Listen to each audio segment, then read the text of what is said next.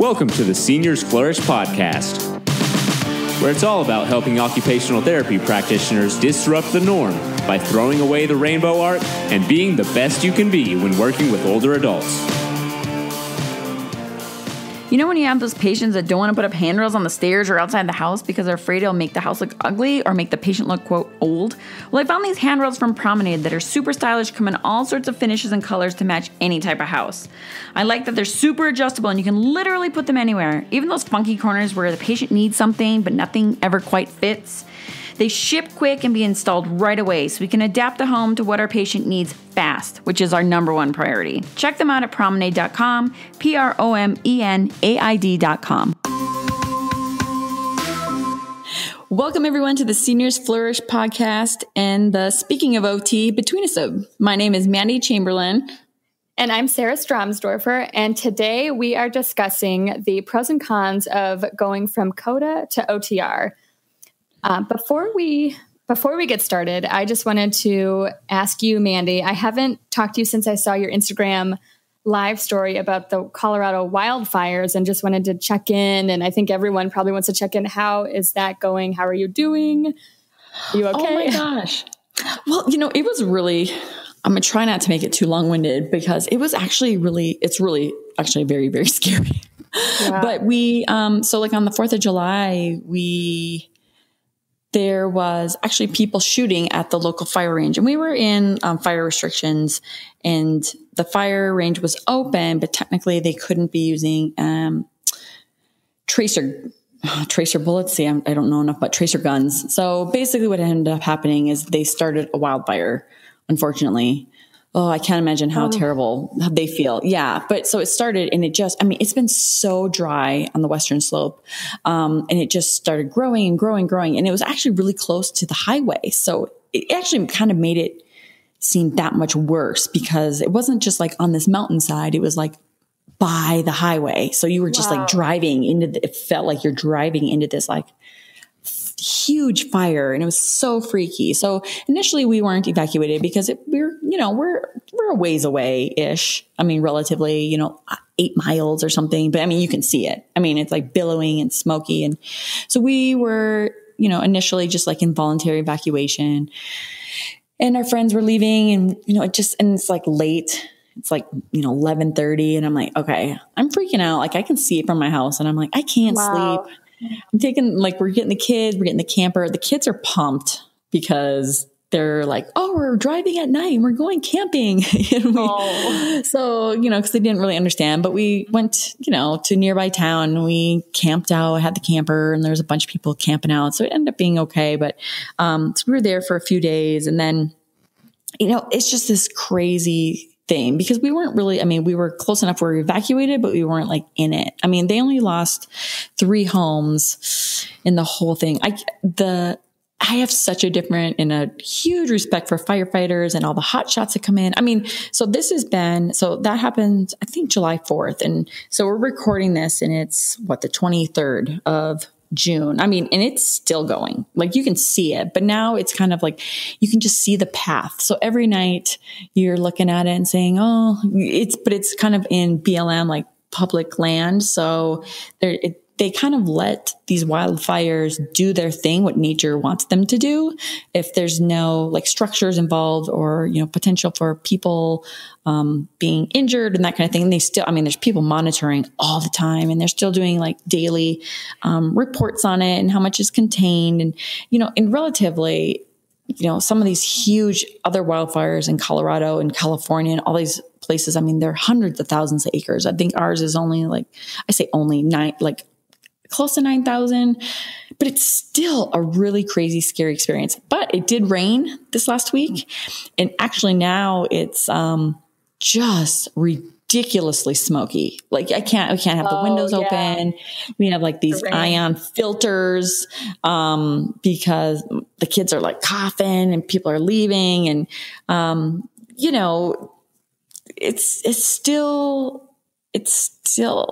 happening. Yeah, it's still happening. Everyone's safe at this point, aside from the smoke in the air. Right. And so, Right. Yeah. And those are the first things I thought of. I'm like, oh my gosh, the people that have like, COPD and, limited mobility and can't get out of the house, but, they go to each house that they can, and they go to all the houses and make sure everybody's, that in the evacuation areas. And I'm sure every state and area, and it depends on how fast it develops and moves, but it was a really crazy experience, and I actually really learned a lot. So thanks for asking. But I was like, put it on Instagram because it was crazy because it, just with everything, the fire and evacuation, and then we come home and then they're like, no, you have to leave again. And then it's just like all these things, and you're like packing things up and like, what do I take? And, it's actually really stressful. And so, everything I got behind on everything, like website wise and work wise, and I'm just like, and like, nothing you can do about it, but also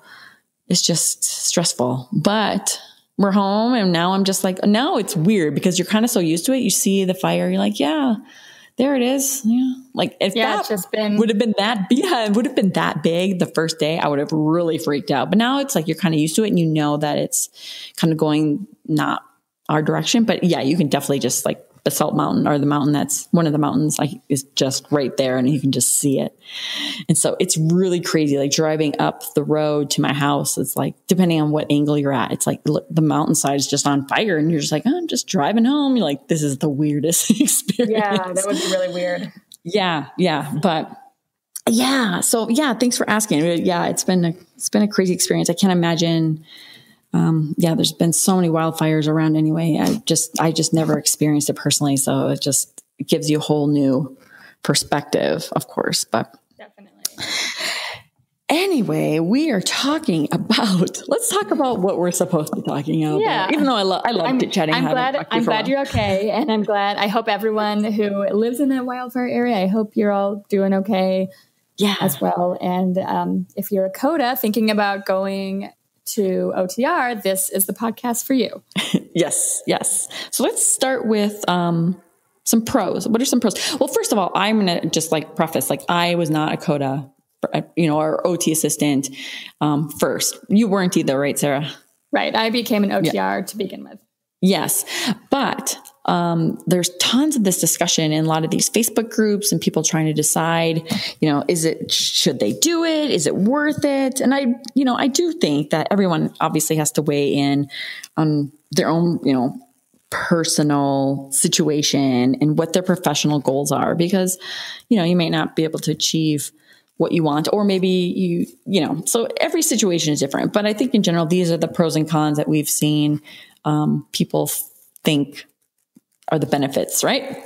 Yeah. So we can start definitely with the pros, and then we'll get into some of the cons. And then hopefully by the end, it should give you a little bit more perspective if you haven't been able to dive into Googling or asking on Facebook yet. So we can start with kind of one of the more obvious pros is the increase in pay, which I did some research on this last year in a blog post called, we'll link it in the show notes, the transition, should you make the transition? And based on the Bureau of Labor Statistics, master's level OTRs earn an average of about $80,000 a year, which of course we know this can vary widely depending on what kind of setting and what state you're in.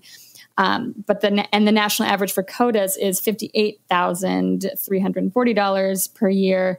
And those hourly average out to be $38 for OTRs and $28 for COTAs. And again, this can vary based on your setting and pay scale. And Right. So that's always, something people always consider, right? Another one, an increase in job opportunities.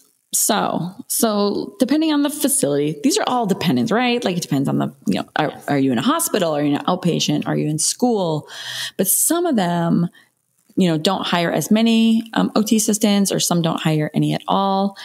So some places it may be kind of hard to find clinical jobs as an OT assistant, and just through some of the Facebook groups and some of the conversations, I've seen that is one of the reasons why, someone as an OT assistant may consider going back to become an OTR, just depending on where they're living and the opportunities that are available, in that area. And definitely some cities, a lot of COTAs say there hasn't been anything. So when you get that OTR, it can really increase your chances of finding something. Well, and I think that stuff is going to be so interesting. And there's always debate on this in the Facebook groups as well. It's like, will they start utilizing more OT assistants? Because technically they cost less money. So I don't know. It kind of goes back and forth. But yes, that is one of the reasons why people say one of the reasons why they say they go back. Another reason COTAs make the decision to become OTRs is the increased independence and autonomy you have as an OTR. As an OTR, you do your evaluations and you create the plan of care, the treatment planning, discharge planning, and you're basically the one in charge. When you're a COTA, you're following an OTR's plan of care. So you may feel kind of pigeonholed in things that you want to do, or if you wanted to change the goals, you might have to go to the OTR, and you just don't have as much of that autonomy and independence. Mm-hmm. Yeah. Yeah, I've heard that too. Like, especially if you have a lot of PRN OTRs and you don't feel like you have, from my experience, some of the OT assistants I've worked with, they said, especially if you don't have that relationship with an OTR, that you're technically your supervisor, that, you don't feel like you get to talk to them as much about what you see and what you'd like to do, even though you do have the supervisory role. I mean, you have to have that communication, but it's not always ideal. And like you said, a lot of these PRN OTRs, they might come in on the weekend and make some weird goals that make no sense. And the COTAs aren't able to ask them, like, what is this?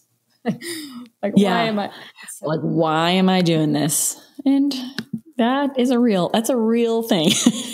Yeah.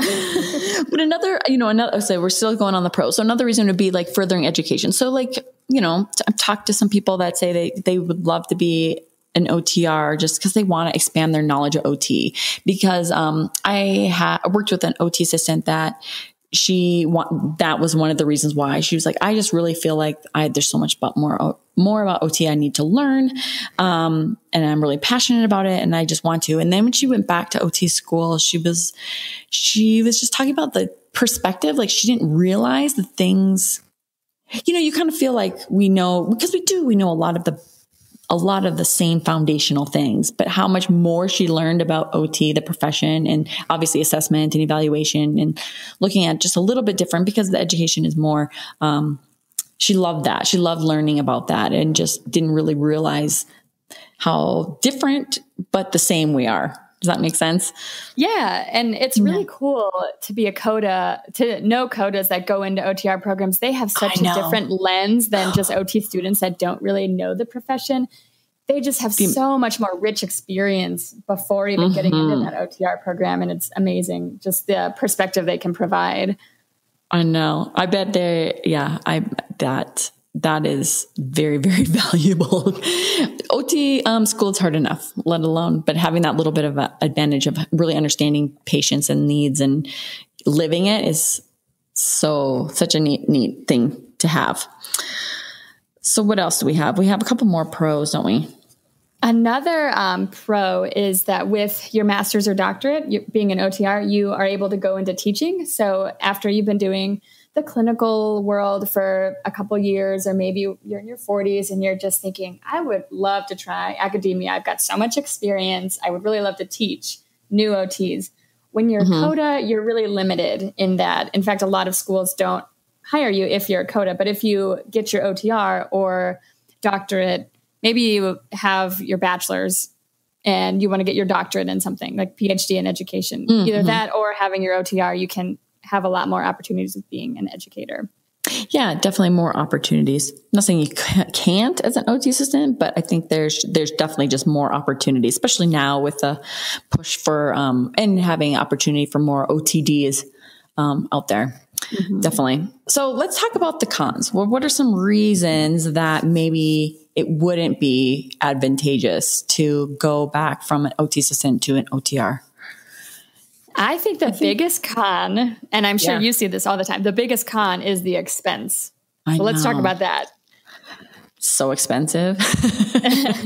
So say you've been a COTA for 20 years, you're in your 40s, or maybe you're in your 50s, and you look at the program costs, you might realize like, wow, this is quite a bit more expensive. Well, especially, I mean, not everyone obviously, but like, especially if you have your undergrad or have a, OT assistant degree, and let's say maybe you've even paid it off. And I know a lot of people still go back before they've paid off all their student loans, but like I've had, just thinking about coworkers and people that I've worked with that went back, they were in their early 50s and they're just like, I'm just going to do it. I've always wanted to do it. I'm just going to do it. And then they started looking into it and they're like, I don't know, I don't have to pay student loans. And they knew they would have to, but they didn't realize how much it, costs. And yeah, they have bridge programs, and like, weekend type of things. And there's, obviously some amazing programs out there, but it's just like, it's really expensive. So you have to be kind of ready to take the plunge and, make sure it's worth it for you. And a lot of these bridge programs, I looked at one last year, and the bridge program was last year, and this number could be different now, but just for example, at Belmont University, which has really good feedback about being an OTR bridge program, people really like it. That program, as of 2000, last year was $78,000, almost $79,000. So that, if you only think you're going to be working for another 10 years, that's something to consider, definitely. Yeah. And it's like, taking it, okay, I'm going to make more money. You have that additional income basis, and then you have to weigh how much I'm paying to go to school. How much would I just be working, or how much would I be making if I'm working as an OT assistant and I don't have maybe student loans or maybe limited, or, you're not having $78,000 a year, maybe, so it's just like figuring out if it's worth it and worth it to you. And I think it really depends on like professional goals or it's just weighing the pros and cons. I mean, there's no right answer. Right. Right. It's based on your personal situation for sure. Like, do you like thinking about the different pros and cons, just making a table? That's kind of the best way to decide, like, is this the best decision? And, I'm a big pros and cons. I like to write it out on a notebook. You know what I mean? Like I'm a pen and paper to just writing it on a real piece of paper, just looking at it. I cannot escape the paper. I'm like a Post-it note, paper planner kind of gal. I mean, I do stuff online too, but like, I feel like there's something about writing it out and looking at it and just looking at the pros and cons, definitely. But, even like you're saying, some of those bridge programs, have some of those drawbacks as well. I mean, even if it's like a weekend bridge program, traveling or moving closer to the location, you might have to do that, or monthly visits to the school. So if you're in the area that, doesn't necessarily have a program, when you have a family, that's hard to kind of just uproot your whole family. Right. But maybe you can do that. I mean, like depending on. Yeah. If it's worth it, then do it. Someone. Yeah.